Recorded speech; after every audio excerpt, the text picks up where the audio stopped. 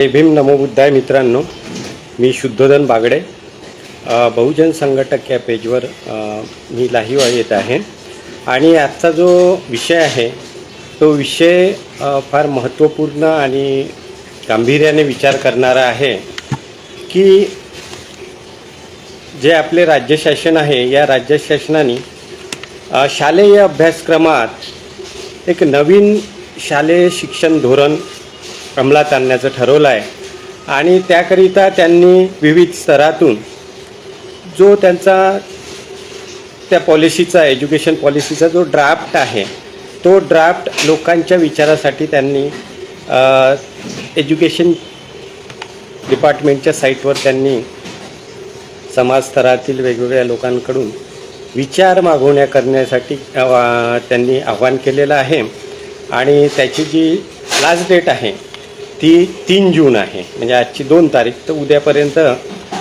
प्रत्येक नागरिकाला त्या ड्राफ्टचा अभ्यास करून त्यावर आपली प्रतिक्रिया नोंदवायची आहे. प्रतिक्रिया इन द सेन्स तुम्हाला त्याच्यात जे बदल घातलेले आहे त्यांनी, आता ते बदल प्रत्येकाला आपल्याला अभ्यासायला पाहिजे. तो ड्राफ्ट त्यांनी पब्लिश केलेला आहे त्या साईटवर. बरेचसे आपण सोशल मीडियामधून त्याविषयी अवेअरनेस क्रिएट केलेला आहे, लोकांना ते वाचायला सांगितलेलं आहे आणि त्यांच्या ज्या प्रतिक्रिया आहेत ते पोस्टाद्वारे करू शकतात, ईमेलनी पाठवू शकतात. तत्वतःच ते तिथे ऑनलाईन गुगल फॉर्म भरून पण आपल्या प्रतिक्रिया त्यावर नोंदवू शकतात. आता ह्या प्रतिक्रिया नोंदवण्याची गरज काय पडली आणि शासनाला एवढ्या ह्या घाई गडबडीत जे भारत सरकारने नॅशनल एज्युकेशन पॉलिसी बनवली ती राबविण्याची गरज काय आणि यामध्ये जे बदल घडू बघितलेले आहे त्यांनी, ते बदल कुठेतरी एक सामाजिक स्तरावर कुठेतरी नकारात्मक दृष्टिकोनातून ठेवण्यात आलेले दिसतात. कारण आपण जर त्या मसुद्याचा, त्या एज्युकेशन पॉलिसी ड्राफ्टचा जर आपण अभ्यास केला तर शालेय जे विद्यार्थी असतात तरी अपरिपक्व असतात, त्यांच्या बालमनावर, त्या कोवळ्या मनावर ह्या शासनाला नक्की काय रुजवायचं आहे याचा त्या ड्राफ्टचा जर आपण अभ्यास केला तर आपल्याला बऱ्याचशा गोष्टीचा उलगडा होते आणि विविध स्तरातून या शैक्षणिक शालेय धोरणावर का टीका होत आहे, का ऑब्जेक्शन रेज केलेले. तर यामध्ये आपल्याला असं आढळून येते की कुठेतरी या शैक्षणिक धोरणामध्ये ज्या जुन्या चालीरीती किंवा ज्या अमानवीय पद्धती होत्या, मी फार जबाबदारपणे हा शब्द वापरतो आहे, अमानवीय, विषमतेवर आधारित यांना व्यवस्था निर्माण करून पाहत आहे. आता ही विषमता कुठल्या भरोशावर हे आणू पाहत आहे,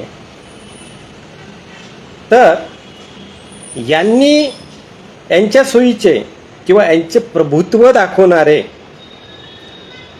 ब्राह्मणी प्रभुत्व असणारा जो ग्रंथ आहे त्याला संहिता म्हणतात,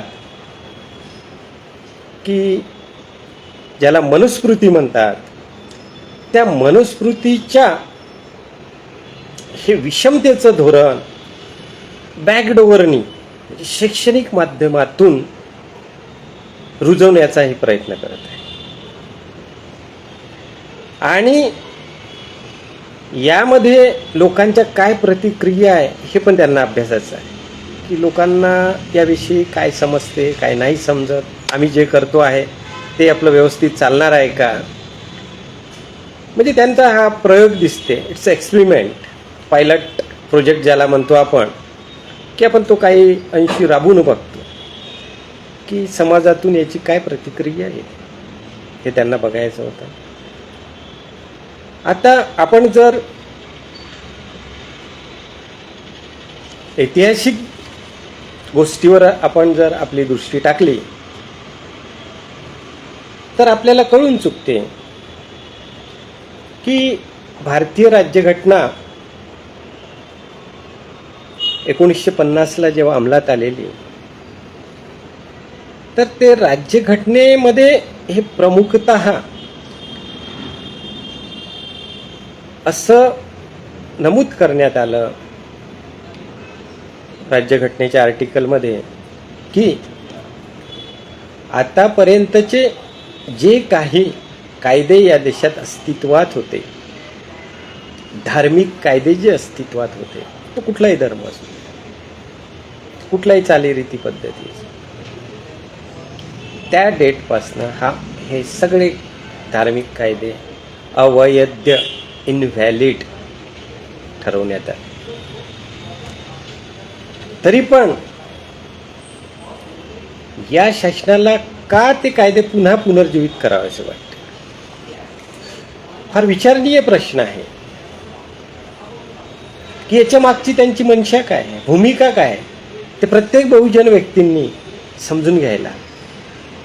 तो ड्राफ्ट जेव्हा मी वाचलेला, थोडा वेळ देऊन वाचलेला, कारण एवढे सगळे पेजेस वाचायला तुम्हाला वेळ लागते, त्यामधले काही ठळक मुद्दे मी वाचण्याचा प्रयत्न केला आणि असं लक्षात आलं की त्यांना हे जे विषमतेवर आधारित धार्मिक कायदे होते, हे त्यांना पुन्हा हळूहळू इथे रुजवायचे आहे. कशाच्या नावावर? संस्कृतीच्या नावावर.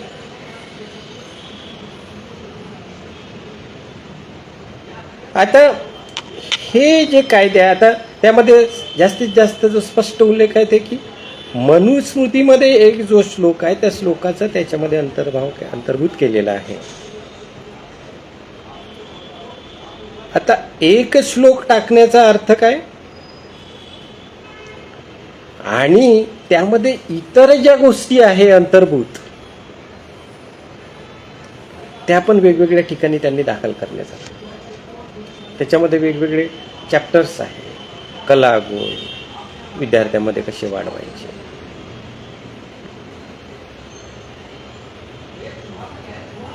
तर हे जे वेगवेगळे सब्जेक्ट घेऊन त्या शैक्षणिक धोरणामध्ये उहापोह करण्याचा प्रयत्न करतात, तर यामध्ये कुठेतरी जो वैज्ञानिक दृष्टिकोन असायला पाहिजे, त्या वैज्ञानिक दृष्टिकोनालाच चॅलेंज केलेलं आहे.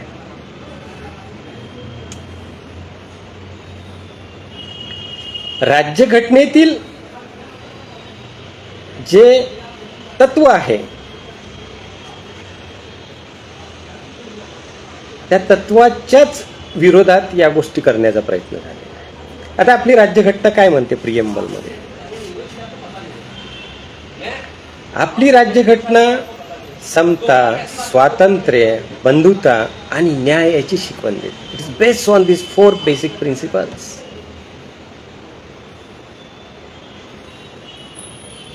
जे मानवतेला प्रोत्साहित करण्याला, जे या देशाला एक राष्ट्र बनवू पाहत आहे, एक संघ राष्ट्र, हे जे 4 बेसिक प्रिन्सिपल आहे, हे या देशातील लोकांना, विविधतेने नटलेल्या लोकांना एकत्र ठेवण्याचं काम करतं. 1950 नंतर हा जो देश होता, हा कुठेतरी राष्ट्र बनण्याच्या मार्गावर आरूढ झालेला होता, या 4 प्रिन्सिपलवर आधारित राज्यघटनेमुळे. आता हे 4 प्रिन्सिपल काय सांगते आपल्याला? न्याय, जस्टिस. आणि हा न्याय कशा कशामध्ये आहे? सामाजिक न्याय, आर्थिक न्याय आणि राजकीय न्याय. प्रत्येक इथल्या घटकाला, प्रत्येक इथल्या सिटिझन्सला, प्रत्येक नागरिकाला हा अधिकार बहाल करणे. यामध्ये कुठल्याही एका विशिष्ट धर्माला, समुदायाला इथे प्रोटेक्ट करण्यात आले. यामध्ये हा जो न्याय आहे, हा न्याय इथल्या सगळ्या घटकांना, जो आजपर्यंत वंचित होता, आणि जो आजपर्यंत प्रस्थापित होता याकरिता सारखाच न्याय. There is no indifference. यामध्ये कुठेही विषमता नाही. कुठलाही कायदा तुम्ही काढा आणि वाचा.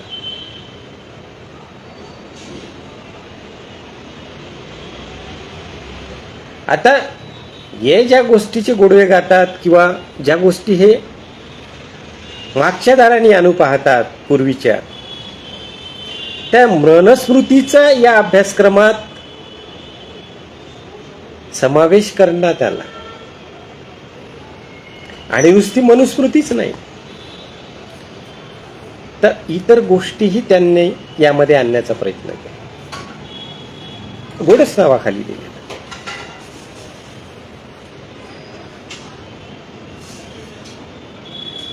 म्हणजे लोकांमध्ये अशी भावना रुजवायची आहे की बाबा हा जो जुना ग्रंथ होता यामध्ये चांगल्या गोष्टी सांगितल्या. आता तो ग्रंथ जर तुम्ही वाचला आणि वाचायला पाहिजे की हे लोक काय याचा उद करण्याचा, ज्या गोष्टी आउटडेटेड झालेल्या, why they want to implement it, why they want to introduce that things in this scientific world. प्रत्येकाला असं वाटतं की आपल्या मुलांना अतिउच्च शिक्षण घ्यायला पाहिजे, विज्ञान शिकायला पाहिजे, इन्फॉर्मेशन टेक्नॉलॉजी, स्पेस टेक्नॉलॉजी, हे सगळं अतिउच्च दर्जाचं विज्ञान शिकावं असं प्रत्येक पालकाचं मत आहे. आय डोंट फाइंड की याच्यामध्ये कुठला पालक असा म्हणेल की मी माझ्या मुलाला वैज्ञानिक दृष्टिकोन शिकवणार नाही. आज जर आपण आता बरेच 10वीचा निकाल लागलेला आहे, 12वीचा निकाल, तर लोकांची जी ओढ आहे की चांगल्यात चांगलं कॉलेज की जिथे त्याचं ग्रेडिंग चांगलं आहे, आपला मुलगा एक चांगल्या प्रतीचं शिक्षण घेऊ शकेल, प्रत्येकाला वाटतं. आणि तो जर चांगल्या प्रतीचं शिक्षण घेईल तर त्याला चांगलं पद प्राप्त होईल, चांगल्या प्रकारची नोकरी, प्रतिष्ठित नोकरी मिळेल आणि तो एक चांगलं सन्मानाचं जीवन जगेल, त्याचं कुटुंब एक सन्मानाचं जीवन जगेल. ही प्रत्येक पालकाची अपेक्षा असते. ज्याच्याजवळ आहे त्याची पण तीच अपेक्षा आहे आणि ज्याच्याजवळ नाही आर्थिक परिस्थिती त्याला पण असंच वाटते की आपल्याला जर या गरिबीतून वर उठायचं असेल तर शिक्षणाशिवाय उपाय नाही. आता या शिक्षणावरच हा घाला घातला जाऊ शकतो, इथेच विषमता निर्माण केली जाऊ शकतो. आता आपण जर राज्यघटनेची जी चौकट आहे, फ्रेमवर्क ऑफ द कॉन्स्टिट्यूशन और the preamble of the constitution, हा राज्यघटनेचा गाभा म्हणता येईल.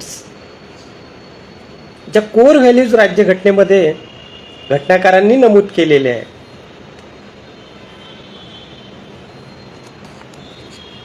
समता, स्वातंत्र्य, बंधुता आणि न्याय.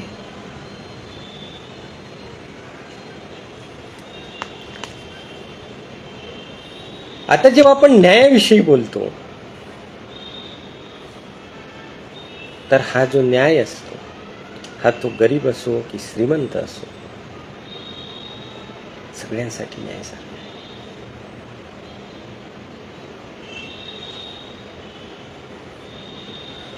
सगळ्यांना राज्यघटना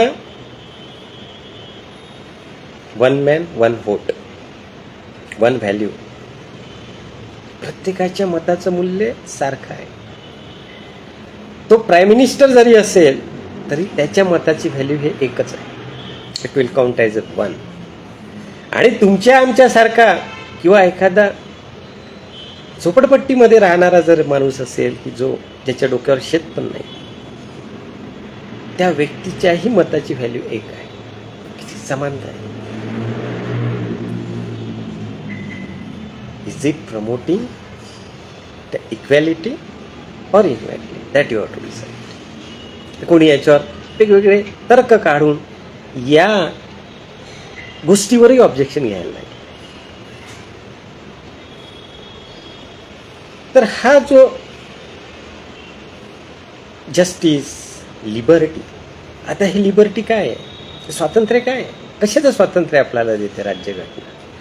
ते स्वातंत्र्य आपले विचार प्रकट करते. तुम्हाला मुक्तपणे तुमचे विचार मांडता येते. Freedom of expression.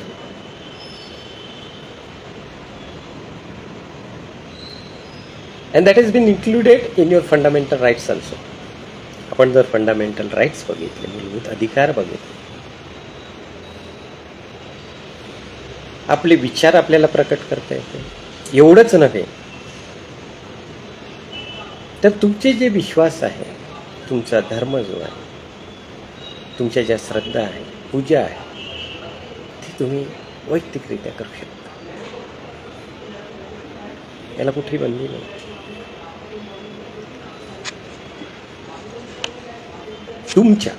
तुमचा फेथ,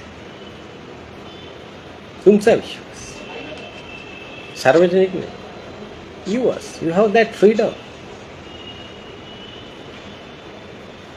तुम्ही त्या तुमच्या पद्धतीने करू शकता. एवढं स्वातंत्र्य आपल्याला राज्यघटनेने दिलेलं आहे.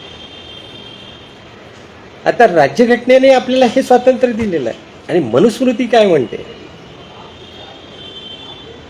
जे म्हणून ही संहिता बनवलेली आहे, ज्याचा इथे पर्टिक्युलर क्लास उदो करतो आहे काय,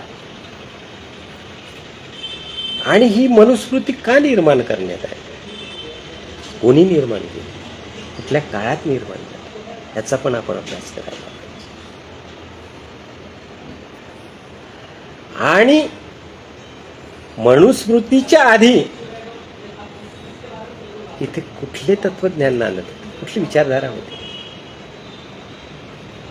आता बरेचशा इतिहासकारांनी संशोधात्मक यावर आपले मत व्यक्त केले. आता मनुस्मृती कधी निर्माण झाली, हे कुठल्या देवा ईश्वराने कोणी निर्माण केलेले, हे माणसाने निर्माण केलेली आहे. आणि कधी केली? आता हिचा जर आपण काळ बघितला तर जेव्हा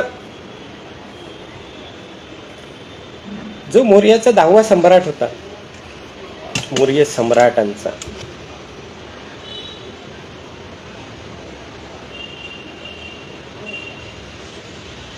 बृहद्रथ, याचा सेनापती जो पुष्यमित्र शुंग होता, त्यांनी कपटानी धोक्याने सम्राट बृहद्रथ मौर्य या सम्राटाची हत्या केली. आणि तो जो सेनापती होता ज्यांनी ही हत्या करून आणली, पुष्यमित्र शुंग, त्याची हत्या केल्यानंतर हा पुष्यमित्र स्वतःला राजा म्हणून घोषित करतो.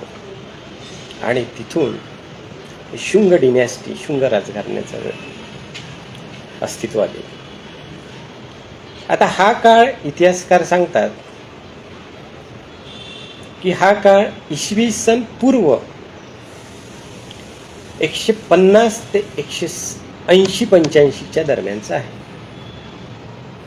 150 ते 170 इसवी सन पूर्व. आणि बाबासाहेबांनी याचं फार छान विश्लेषण क्रांती आणि प्रतिक्रांती या पुस्तकात पुराव्यासहित अभ्यासात्मक केलेलं आहे. आणि ती मनुस्मृती अजूनही तुम्हाला वाचता येते, बघता येते. याच्यात त्यांनी काही चेंजेस करण्याचा प्रयत्न केला, चांगल्या गोष्टी, की बाबा याच्यावर आळ येऊ नये लोकांनी याच्यावर, म्हणून काही काही गोष्टी त्यांनी त्याच्यात बाहेरच्या पण टाकल्या. जेव्हा त्यावेळेस अस्तित्वात तर ती ओरिजिनल मनुस्मृती जर आपण बघितली तर हा जो त्याचा लेखक आहे मनू, त्याची स्मृती. आता हा मनू हा व्यक्ती आहे, याच्यावर पण इतिहासकारांनी, वेगवेगळ्या इतिहासकारांनी संशोधन करून हे त्या निर्णयापर्यंत आले की मनू हा व्यक्ती आहे. आणि जो भृग ऋषींनी जी संहिता लिहिली होती त्याच्यापेक्षा हा वेगळा आहे. त्याचा काळ पण देखील, तो भृग ऋषीचा काळ फार वेगळा आहे. हा जो काळ डिफाईन करण्यात आला. आणि हा लिहिणारा व्यक्ती जो आहे, हा व्यक्ती सुमती भार्गव या नावाचा ब्राह्मण व्यक्ती आहे. हे लिहिणार ही संहिता. आणि हे इतिहास त्याचे दाखले. आता सुमती भार्गवनी हे जे लिहिलेलं आहे, या मनुस्मृतीमध्ये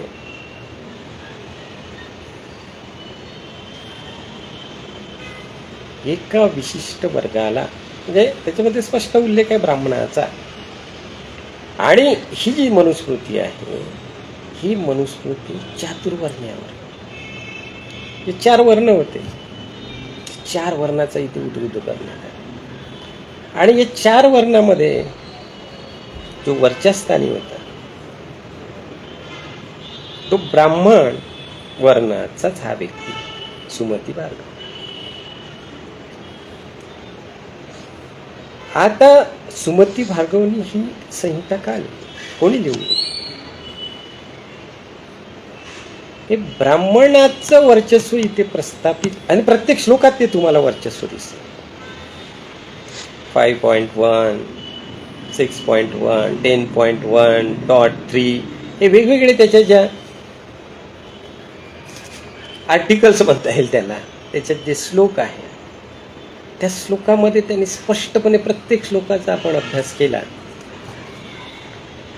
तर तिथे या ब्राह्मण वर्गाला एक विशिष्ट उच्च स्थान देण्यात आहे. आणि इतर वर्ण हे त्याच्या स्वाधीन राहते. स्पष्ट उल्लेख आहे. एवढंच नव्हे तर कुठल्याही प्रांताचा जर तो राजा जरी असला तर मनुस्मृतीच्या नियमाप्रमाणे तो राजा पण ब्राह्मणाला दंड करू शकतो, त्याने कितीही नीच कृत्य केलं तरी. आणि मनुस्मृतीचा जो हा सुमती भार्गव आहे, आणि त्याच्यामध्ये असे प्रोव्हिजन करून ठेवले, असे नियम बनवून ठेवलेले आहे की ते नियमाचं पालन करणं राजाला पण बंधनकारक होतं, कारण तो धर्माचा वाटतो. मग राजाला काय सांगण्यात आलं? राजाला सांगण्यात आलं की तुझ्या प्रदेशामध्ये जेवढे ब्राह्मण वर्ग असेल, तो वेदात निशांत आहे किंवा नाही आहे, किंवा तो काही वाईट कृत्य करणार आहे, नीच वृत्तीचा आहे, तरी पण त्याची काळजी घेण्याचं तुझं काम आहे.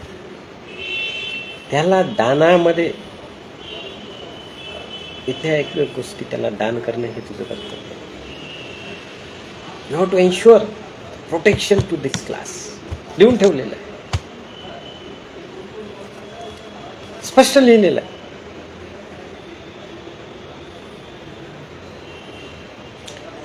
आता तो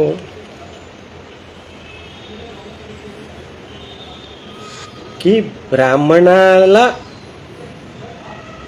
हे तिन्ही जे वर्ण आहे त्याच्यानंतरचे वैश्य, क्षत्रिय आणि शूद्र.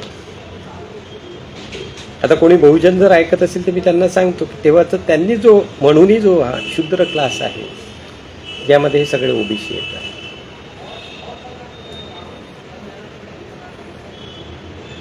क्षत्रिय, त्याच्यावरचा क्लास क्षत्रिय, लढाया करण्यासाठी ठेवलेला क्लास पर्टिक्युलर, ज्यामध्ये हे राजपूत वगैरे हे लोक येतात, हे जाती येतात. आणि त्याच्यावर एक वैश्य, व्यापार करणार, ही उतरण बनवली त्यांनी. आणि त्यांनी सांगितलेलं या उतरणीमध्ये खालून वर जाता येत नाही, वरून खालून. शूद्र क्षत्रिय बनू शकत नाही, क्षत्रिय वैश्य बनू शकत नाही, ब्राह्मण बनू शकत नाही. तो किती कलागुण संपन्न विद्वान असला तरी पण विषमता आहे की समानता आहे ते तुम्ही अभ्यास करा. whether it's against the equality principle of constitution or it is with the constitution principle of equality. इथे तुम्हाला इक्वॅलिटी बघायला मिळते.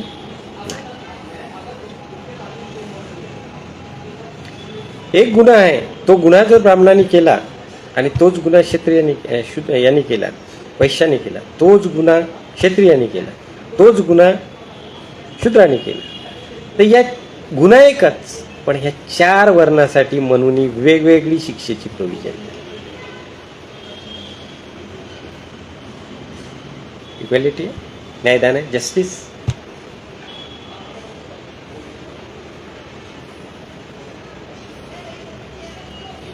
जिथे ब्राह्मणाला नाममात्र दंड भरावा लागत होता, तिथे वैश्याला त्याचा डबल दंड, क्षत्रियाला त्याच्या चौपट, आणि शूद्राला तर काही विचारूच नाही, त्याची तर कुठे गिनतीच नव्हती.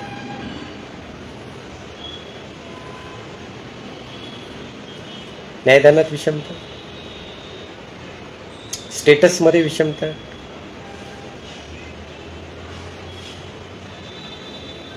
तुम्हाला इक्वेलिटीमध्ये काय सांगते कॉन्स्टिट्यूशन, राज्यघटना काय सांगते? Status, your dignity. प्रत्येक व्यक्तीला त्याचं स्टेटस मेंटेन करण्याचा अधिकार आहे. आणि प्रत्येकाला संधी, कुठल्याही एका वर्गाला ही संधी रेस्ट्रिक्टेड.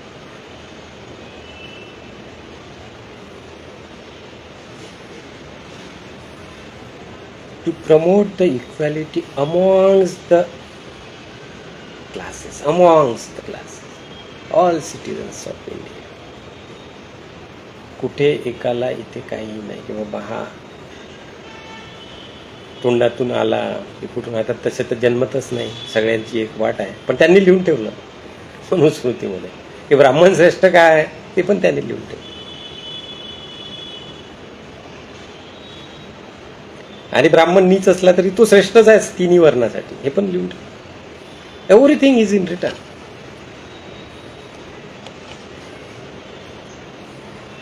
आता हे जे संविधान बनवण्यात आलं, त्या संविधान लिहायला 6 महिन्यातच लिहून झालेलं. त्या draft is ready within 4 months. पण त्या ड्राफ्टवर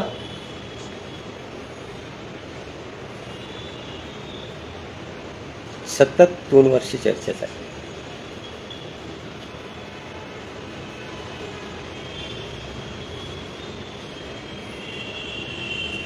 आता तिथे उपस्थित असलेल्या प्रत्येक कॉन्स्टिट्युएन्सी असेंब्लीचे जे सदस्य होते, मेंबर्स, त्या सगळ्यांनी ऑब्जेक्शन घेऊन चर्चा करून हे एक गोष्ट तावून तपून इथे काढली. हे असं असेल तर असं का नाही, मग त्याच्यावर ऑब्जेक्शन घेण्यात आलं.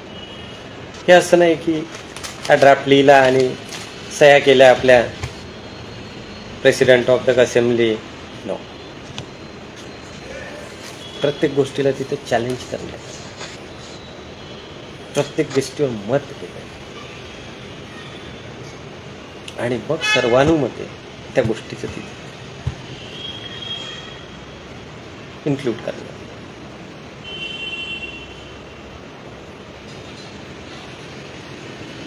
आता या गोष्टी आपण स्वीकारल्यानंतर आपण यालाच काउंटर करण्यासाठी आपण जुन्या गोष्टी आणून राहिलो. जग कुठे चाललं?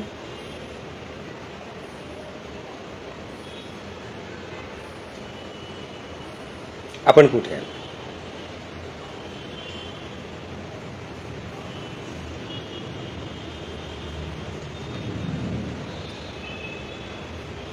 ही जी विषमता आहे, आता यामध्ये कॉन्स्टिट्यूशन मध्ये आपण जर बघितलं तर इथे जी ही इक्वॅलिटी आहे, ही इक्वॅलिटी स्त्री पुरुष सगळ्यांना समान, इव्हन वेजेसमध्ये पण समान. आधी होतं का तसं? Before constitution there was inequality in wages of the men and women. असं म्हणतात.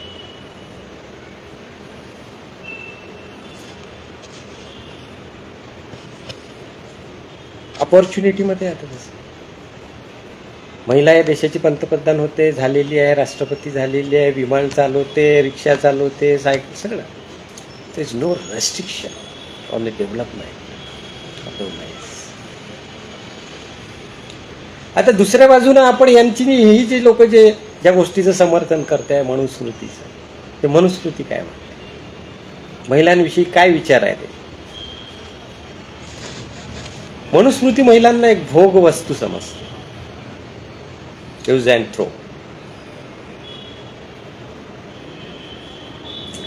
त्याच्यामध्ये मनुस्मृतीच्या श्लोकामध्ये लिहून ठेवलं,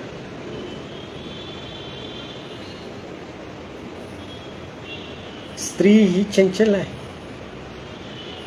पुरुषांना फसवते आपल्या शून्याने. ही परस्वाधीन पुरुष स्वाधीनच असली पाहिजे.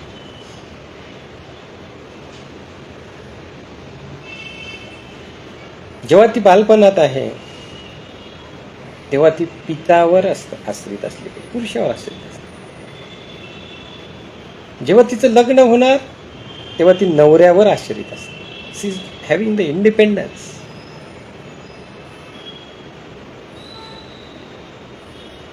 ती म्हातारपणात गेली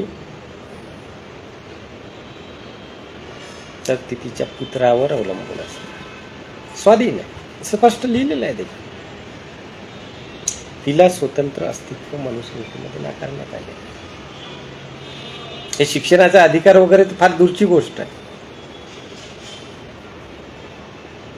तिला तिचं मत व्यक्त करण्याचा पण अधिकार मनुस्मृतीने नाकारलेला आहे. Forget about others.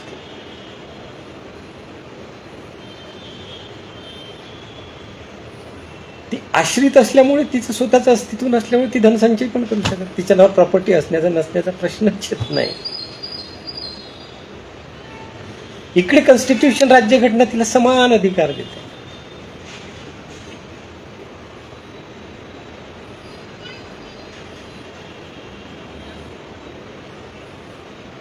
तिचा वाटा जो आहे तो पुरुषाच्या बरोबरीच असते.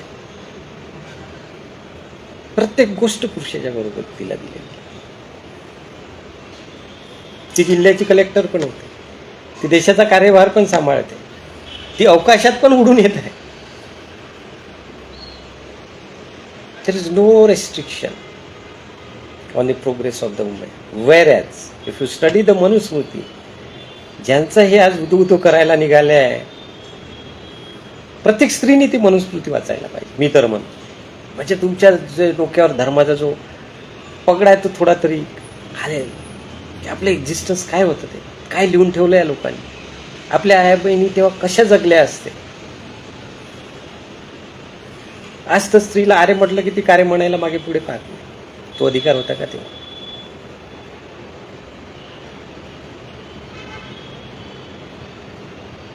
होता. ह्यांना आपण प्रश्न विचारला.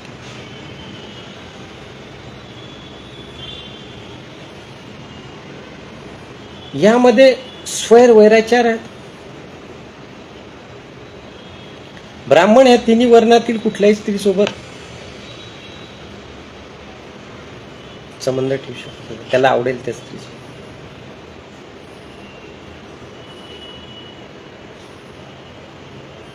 राज्यघटना असं करू दे.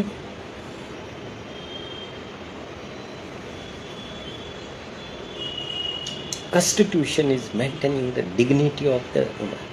डिग्निटी. प्रत्येक ऑर्गनायझेशन मध्ये posh,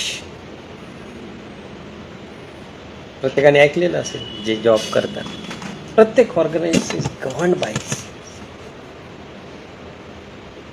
you can not do the any differentiation, any sort of differentiation with women employees. तिला तिथे सगळी अपॉर्च्युनिटी देते. इथपर्यंत आहे की तुमच्या ऑफिसमध्ये किती महिला आहेत, कुठल्या कुठल्या गोष्टी. एखाद्या डिपार्टमेंटला नसेल तर तिथे का नाही, ही पण विचारणा करा.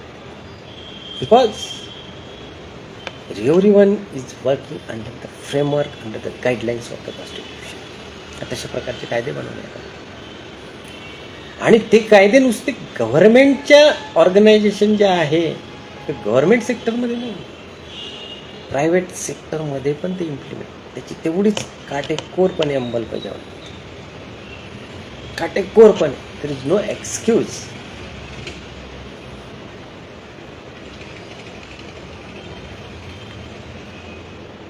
राज्यघटनेने दिलेले हे अधिकार आणि तुमचे धर्माचा जो ग्रंथ होता मग यांनी दिलेला आहे. थोडा अभ्यास स्त्रियांना, की महिलांना असं आव्हान करतो, थोडं रीड करा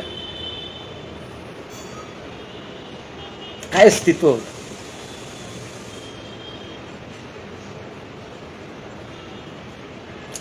आणि तुमच्या अस्तित्वासाठी तुम्ही जागरूक असलं पाहिजे.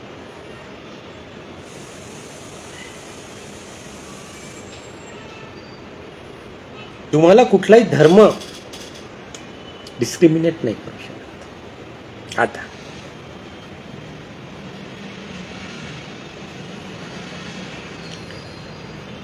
म्हणून माझं असं प्रत्येकाला आव्हान आहे, हा जो शालेय अभ्यासक्रमाचा यांनी मसुदा जो विचाराधीन ठेवलेला आहे पब्लिक डोमेनमध्ये, तो प्रत्येकाने वाचा, तो रेज युअर ऑब्जेक्शन.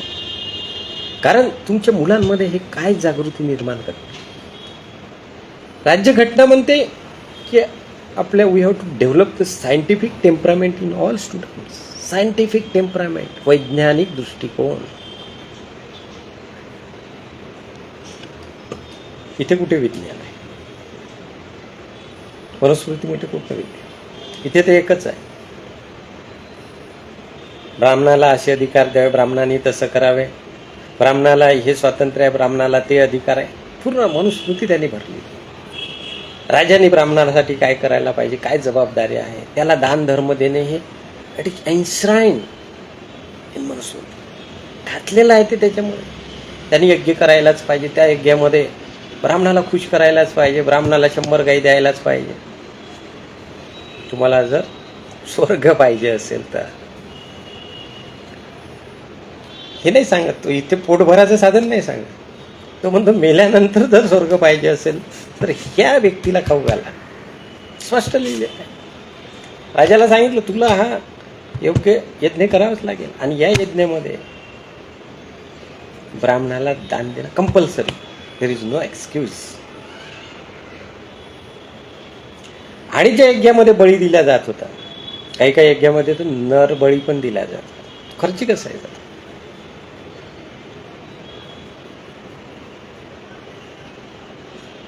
काही यज्ञामध्ये जे शेती उपयोगी प्राणी आहे बघा कसं काउंटर केलेलं आहे, त्यांचा बळी दिला जातो. लोक तडपायचे शेतकरी, कारण त्यांचं एक गोधन होतं. गाईचा बळी द्यायचा, सांडांचा बळी द्यायचा.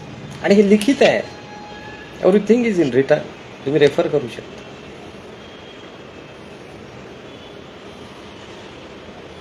जो व्यक्ती यज्ञ करत होता त्याला हे दान धर्म काय, अश्वमेघ यज्ञ सगळ्यात खर्ची, घोड्याचा बळी दिला. घोड्यासोबत जो यज्ञ करणाऱ्या व्यक्तीची जी स्त्री आहे तिला मैथून करायला सगळं लिहिलेलं आहे. यज्ञ करणं हा ब्राह्मणाचा अधिकार होता, हक्क होता, अधिकार होता. दुसरं लोक कोणी करू शकत नाही. तुमच्या राज्यावर कुठलं संकट आलं, यज्ञ करा. तुम्हाला मूल प्राप्ती होत नाही, यज्ञ करा. यज्ञ करा, ब्राह्मणाला दान धर्म करा. सेम काही याच्यामध्ये रिटर्न न. यज्ञ करा, ब्राह्मणाला 500 गाई द्या, 100 गाई द्या, 1000 गाई द्या. तुमचं मॅटर सेटल होऊन जाईल. त्या युगातून आपण इकडे किती मोठा भ्रष्टाचार होता. इथे जरी एखाद्यानं भ्रष्टाचार केला त्याचा न्याय मागता येते, कुठे ना कुठे त्याची वाहपोह होते. तिथे तर there was no such system in existence. म्हणजे एका श्लोकामध्ये तर असं लिहिलेलं आहे की ब्राह्मणाने जर कुठला गुन्हा केला असेल किंवा ब्राह्मणाला जर कोणता न्याय हक्क मागायचा असेल, कोणाला दंड करायचा असेल, he need not to approach the king. राजाकडे जायला किंवा त्या राजातला जो न्यायाधिकार त्याच्याकडे त्याला ब्राह्मणाला जायची गरज पण नाही. ब्राह्मण तो स्वतः न्याय करू शकतो आणि त्याला योग्य वाटेल तसा तो दंड पण करू शकतो. आजची घटना आपण बघतो, राज्य घटना. किती मोठा अधिकारी असला त्याच्या विरोधात लिटिगेशन करतायत, न्याय मागतायत, त्याला सस्पेंड केलं जातं. मंत्री असेल तर त्याला राजीनामा द्यावा लागतो.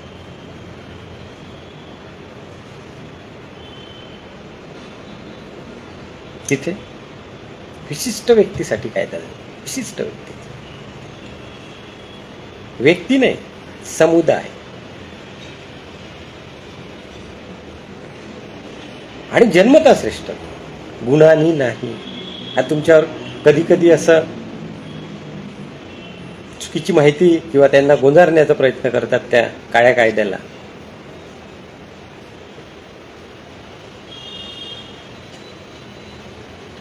की नाही, हे तुमच्या जे काम करतात त्याच्यावर आहे, असं कोणीतरी म्हणून द्यावं.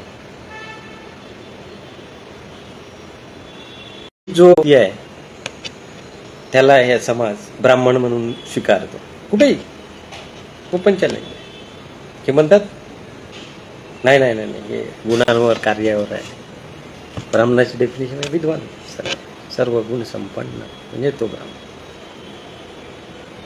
मनुस्मृती काय म्हणून तो जन्माला आला ना तिथे त्या घरात, काय ना हे लिहिलेलं आहे. आता हे कोणी जरी त्याला किती म्हणाल की नाही हे असं नाही असं आहे, अरे आहे बाबा, ते लिहिलेलं आहे ना तुमच्या सुमती भार्गवने. जे इसवी सन पूर्व 185 दरम्यान ही जी मनुस्मृती निर्माण झाली, बुद्धाच्या नंतर निर्माण झाली. आणि या मनुस्मृतीमध्ये बुद्धांवर टीका टिप्पणी केली आहे, कारण त्यांनी यज्ञाचा विरोध केला होता. पहिले क्रांतिकारक की ज्यांनी हा जो यज्ञात मुक्या प्राण्यांचा बळी दिला जात होता त्याच्याविषयी कोणी आवाज उठवला असेल तर तो कोणी उठवला? तथागत बुद्धांनी. म्हणून बुद्धाचा विरोध. जसं की जितेंद्र आव्हाडांनी मनुस्मृती जाळली म्हणून जितेंद्र आव्हाडाचा विरोध. जितेंद्र आव्हाडाचा विरोध हा अनुवादानाने चुकीनं बाबासाहेबांचा फोटो तो फाटल्या गेल्यामुळे नाही आहे. त्यांना बाबासाहेबांचं एवढं प्रेम असतं तर त्यांनी हे राज्यघटनेच्या विरोधातलं काम केलं नसतं, किंवा दिल्लीला ज्या व्यक्तींनी राज्यघटनेची काही पानं जाळलेली त्याच्या विरोधात ते उभे राहिले असते. आज जे हे एवढं प्रेम उतू जात आहे, या लोकांना माझं एकच सांगणं आहे की बाबासाहेबांनी जे जे सांगितलं त्यावर तुम्ही कधी बोलत नाही. फक्त तुम्ही भावनात्मक का विरोध दाखवताय का? जितेंद्र आव्हाडांनी असं हा जो पोटशी उठलेला आहे त्याचं कारण एकमेव आहे, ही डेअर टू बर्न दॅट.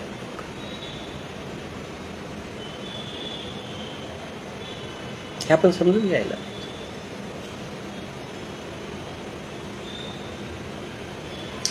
आणि जो समानतेला मानतो, जो न्यायाला मानतो, जो ह्या राज्यघटनेला मानतो, तो व्यक्ती चिडून उठल्याशिवाय राहणार का? ज्या राज्यघटनेवर या देशाचा कारभार चालतो, ज्या राज्यघटनेचे गुणगान जगामध्ये गाजले,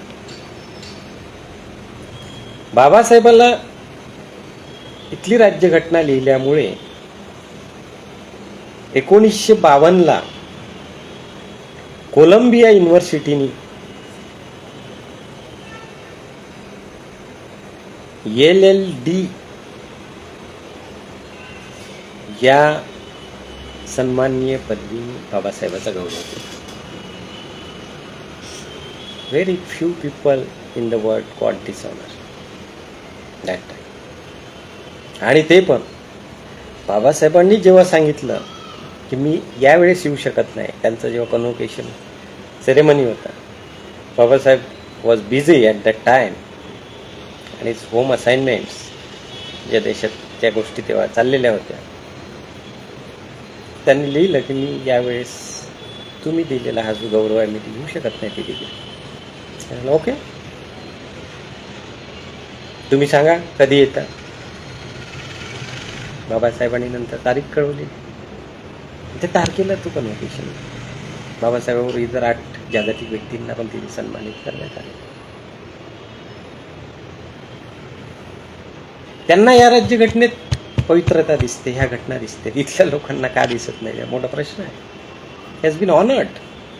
त्यांना काय घेणं देणं. Has been honoured for his intellectual contribution to promote the democratic values in the world. Size-wise, it's the biggest democracy in the world. But on development criteria, China is the biggest. तिथे democracy नसली तरी पण इथं जिथं Australia आहे, America आहे, England आहे, ते फार पुढे. जरी ते आकाराने छोटे असले तरी.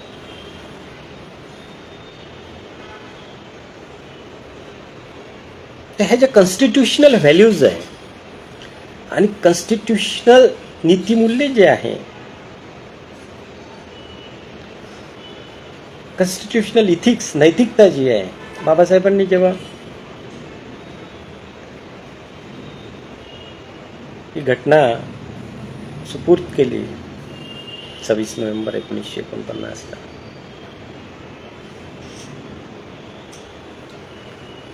तेव्हा बाबासाहेबांनी ही भीती व्यक्त केलेली होती.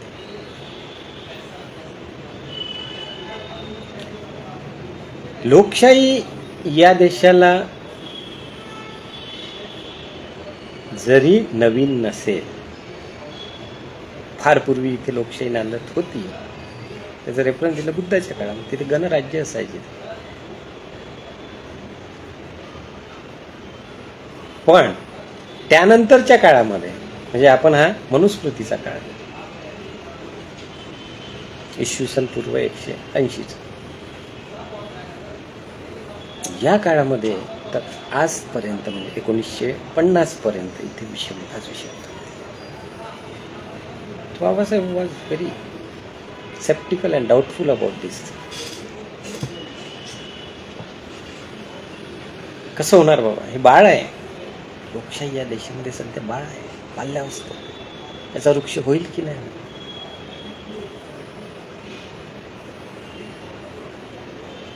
आणि 70 वर्षामध्येच बाबासाहेबांचं म्हणणं खरं ठरते की काय असं वाटायला. ती भीती एक आहे. कारण या पद्धतीने इथले जे शासकीय रूलर्स जे आहे, शासक वर्ग आहे, तो बोलायला लागले. आणि तो नुसता बोलत नाही आहे, तर तो या गोष्टी कार्यान्वित करत आहे. आणि त्याचंच उदाहरण म्हणजे हा शालेय अभ्यासक्रम.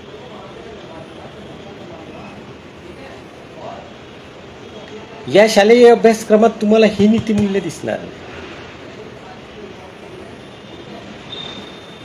याचा ओप होऊ नाही केलेला. त्यामध्ये ते सगळं जुनं खोदून आणलेलं आहे. We know that was the great, which was outdated, which has been discarded. They are trying to bring it back. आता प्रगती आहे की अधोगती आहे तुम्हाला ठरवायचं. प्रत्येकाला तो अधिकार आहे. आपण अभ्यासपूर्ण बोललं पाहिजे, अभ्यासावर आधारित बोललं पाहिजे. आपण कोणावर टीका टिप्पणी या विषयावर नाही करत, तर ते फॅक्ट आहे. आणि लोक त्या फॅक्ट्सही, त्याच्यावर लोकांनी आपले आक्षेप पण नोंदवलेले आहेत. त्या पॉलिसी जे जे शालेय शैक्षणिक, तर लोक त्यांचे मतमतांतर मांडतात. तर आपण जागृत राहून मागच्या दाराने येऊ घातलेली विषमता, आपण हा जो समानतेवर हल्ला आहे, हा जो न्यायावर हल्ला आहे, हा जो बंधुत्वावर हल्ला आहे, तो आपण जागरूक राहून परतवायला पाहिजे. तर त्या देशाच्या फ्रॅटर्नरीचं काय होणार? बाबासाहेबांनी तेव्हाच म्हटलेलं होतं, हा देश it's a country, it's not a nation. तर त्यांची राष्ट्राची संकल्पना काय होती? Unity and integrity among the people, बंधुभाव, फ्रॅटर्निटी. तुम्ही कुठल्या जातीचे आहे, धर्माचे आहे, प्रांतातले आहे, प्रत्येकाविषयी तुमच्या मनात बंधुता, एकता, एकोपा, त्याला नेशन. तिथून राष्ट्र निर्माण. That is called the nation.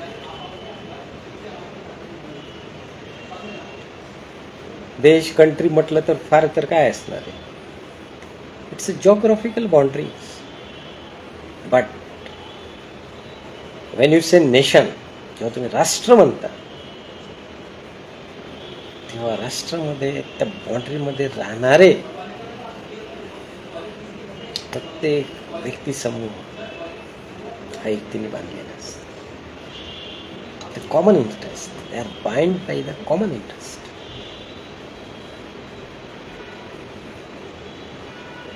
तर आपल्याला जी लोक राष्ट्रवाद शिकवत आहेत ते काय असे वागत आहे? Y they are against the nationalism.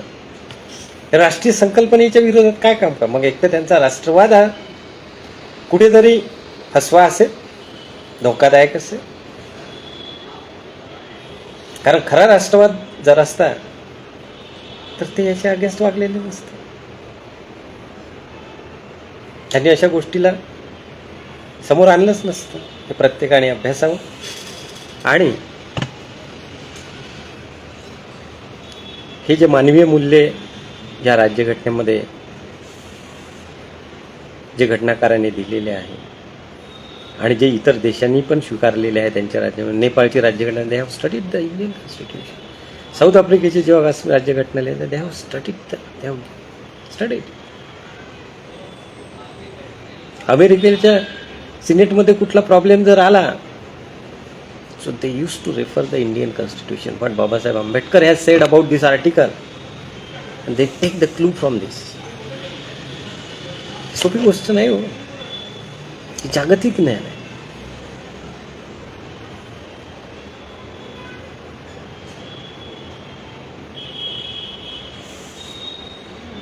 आणि इथे जे हे समानता आहे, स्त्रियांना जो पुरुषाबरोबरीचा अधिकार दिलेला आहे, प्रत्येक वंचित घटकाला इथे न्याय मिळालेला आहे. Equal representation, adequate representation of all communities.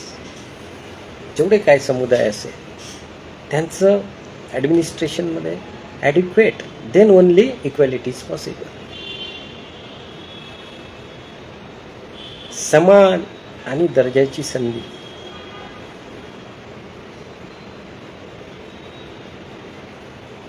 देण्याचं वचन आपल्याला ही राज्यघटना देते.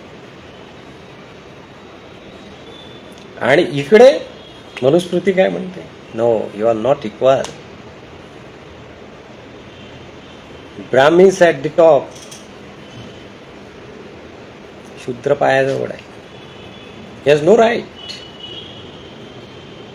3 वर्णाची सेवा करणे हा शूद्राचं नाव. पुन्हा पुन्हा सांगतो, शूद्र म्हणजे OBC, अदर बॅकवर्ड क्लास. काही लोकांना असा चुकीचा गैरसमज होऊ बघता की नाही रे बाबा, आम्ही ते इकडे आहे, वर आहे थोडे. आणि हे 3ही वर्ण ब्राह्मणाचे गुलाम होते, हे त्या मनुस्मृतीमध्ये लिहिलेलं आहे. क्षत्रियाचा गुलाम ब्राह्मण नाही होऊ शकत, वैश्याचा गुलाम ब्राह्मण नाही होऊ शकत, वैश्य ब्राह्मणाचा गुलाम होऊ शकतो.